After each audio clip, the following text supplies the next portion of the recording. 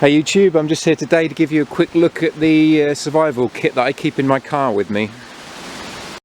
First off, in the glove compartment here, I've got a lighter, obviously, because this car actually doesn't come with a lighter, even though it's got the socket for it to plug things into. There's no actual lighter with it. Various other just bits and pieces, some antiseptic wipes, windscreen, ice scraper, and just simple things like that, some pens. But I've also got this little tool here, which isn't really particularly great, but somebody bought it for me as a present because then I'm into this sort of thing, so I thought I might as well keep it in the car. The batteries have run out on the light on it, but the light wasn't very good and I've got extra torches anyway. But the main two things that I'd use this for is, one, it's supposed to be for smashing your way through the windows if you get trapped in the car. So it's got this little impact tool there, which you can hammer on the windows. I don't have any windows to test it on because I haven't got a spare car window I can afford to smash, so I don't know how well that would work. The plastic on this feels a bit cheap, so I'm not sure if it would even withstand the impact or if this would just crack. However, I do have a little hammer in the boot that I'll show you later, which I thought maybe if I just place this against the glass and then hammer on the back of that, it might break the windows better than me whacking it like that. So I've got two options of how to use this.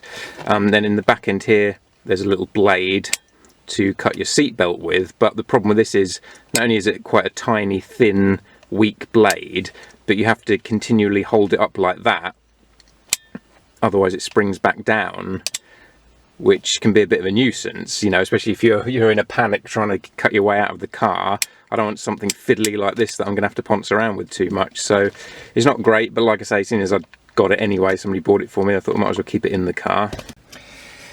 In my driver's side door here, I keep a better knife so that I can actually cut through my seatbelt. This is a locking blade knife. It's quite sharp, quite a decent thick blade, so no messing around there. I can just whip this out, cut the seatbelt off, lickety split. In here I've got a small pair of binoculars, and down here I've got a nautical compass, which I think my dad got from his uncle or something years ago, and I remember as a child seeing this in the garage and always been fascinated with it. So once I started driving, I've just always had this in the car. And before I got the sat nav especially, this actually was useful. I did use this a few times to ensure I was going in the right direction, and it saved me from driving the wrong way down a dual carriageway too far before realising it, which would have cost me more time and fuel, obviously. So it is actually quite a handy thing to have. Sat nav there, quite useful, though I still like to check my route before I go anywhere and write the directions down, which is what this paper clip here is for. As well as keeping the cable from the sat nav out of the way, when I have directions on a piece of paper, I can slide them in that paper clip there, so it's hanging in front of me as I'm driving along there, so it's easy to look at. Then if we move down here, I've got a little drawer under the seat, there under the passenger seat, where I've got a wind-up flashlight, a fold-out cup, which I mainly use to put water in for the dogs to drink, the glow stick there, and then this survival kit, which I've done a separate video on, so I won't bother going into too much detail about this. I'll just give you a quick look inside at what's in there. There's all sorts of different bits of kit. A decent flashlight, fire lighter, compass, tactical pen, knife sharpener, a whistle, etc. Like I say, I've got a separate video on that, so if you're interested in seeing that in more detail, take a look. Now from the back here, I've got a bottle of water that I keep next to me to drink while I'm on the go. And then under the passenger seat, I keep a couple of litres of water and a pea pot, which has been really handy when I've been stuck in traffic in London, or when I've been stuck in traffic on a motorway as well. That was a lifesaver. And underneath my seat, I've got a emergency pack there, which I'll show you in more detail in a minute. Now I'll give you a look at that survival kit I keep under my driver's seat. First off, at the top here, I've got a couple of work gloves and a fluorescent jacket. Then In the main kit here, I've got a fire extinguisher, another wind-up torch. Let me just pull that out, crank it up like that, and works pretty well, quite bright. Another glow stick, some emergency ponchos, got 4 of those. They're pretty much one use only because they're quite thin, but like I say, there's 3 of those. I've got this Anglo Arms sheath knife which has a fire lighter with it. Nomad knife. I think I did do a video on this a couple of years ago. It's not a bad knife, it's alright. And then a first aid kit. In the first aid kit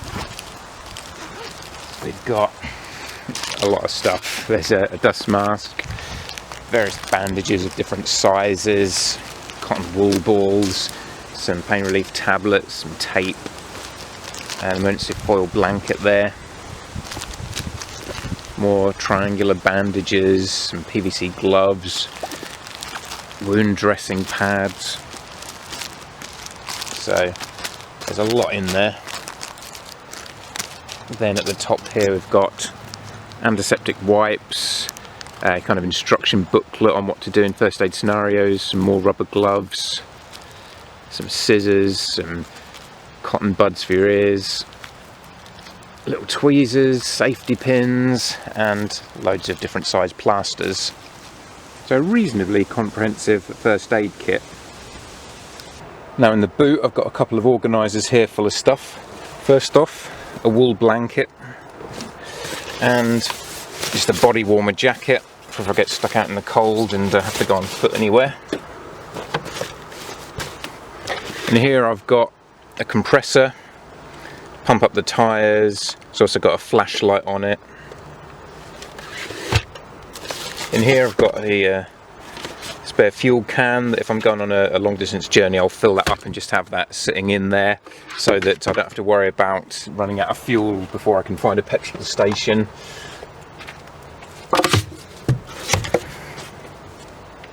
Then in here I've got a bit of tow rope which has been useful in the past, a fold out shovel for if it gets stuck in snow or something, that little hammer I mentioned earlier to help try and smash my way out of the window if necessary. This, just a simple little tool kit which has a screwdriver in there, some needle nose pliers, various different heads for the screwdriver, socket sets and things, spanner, and some cable ties.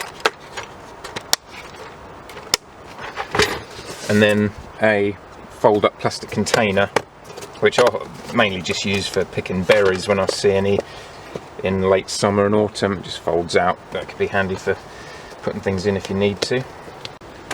Obviously I've got a spare tyre too underneath the boot there. Then in this second pocket here I've got de-icer, spare bottle of water with a filter on it which I empty out every month and refill, waterproofs, and a couple of pairs of gloves. Some gloves for the cold and then some old workout gloves just for doing jobs with, and then my boots in the last compartment there. So that was just a quick look at what I keep in the car. I know some people might think it's overkill. I'm sure a lot of people will probably think the opposite. Because I mean, this isn't intended to be like a full-on pimped out bug out vehicle. I just want to have enough kit in here that it kind of covers all bases. And really I think most of what I keep in this car, everyone should keep in their car. It amazes me how many people will go on long journeys, not even have a bottle of water or a pack of tissue paper to wipe their hands with or blow their nose on. It really frustrates me whenever I go on journeys in other people's vehicles and just got nothing. So you know, especially if you're doing a lot of driving or long distance, you really should have all this kit, you know, a first aid kit especially, and plenty of water with you. I think are essential. Part of me would love to get a huge, great Land Rover bug out vehicle, but I've got to be practical in day-to-day life, which is more important than survival gear, because day-to-day life is obviously every day. And you know, I wanted something that had 4x4 capabilities and, you know, was sort of on the verge of being that kind of vehicle, but at the same time wasn't too big and clumsy. I could still, you know, get into small parking spaces, and because I hate paying for parking, and it wasn't too much of a gas guzzler as well, because not just in day-to-day life, but if there was an emergency situation, fuel is going to be even more of a premium than it already is. So really, potentially smaller, nippier little vehicles that don't use much fuel might actually be the better option for if there was some kind of disaster. You know, small vehicles that can nip in and out of gaps and that don't use up too much fuel. But I thought this was kind of a good compromise vehicle. Anyway, thanks for watching, guys, and I'll catch you soon, hopefully.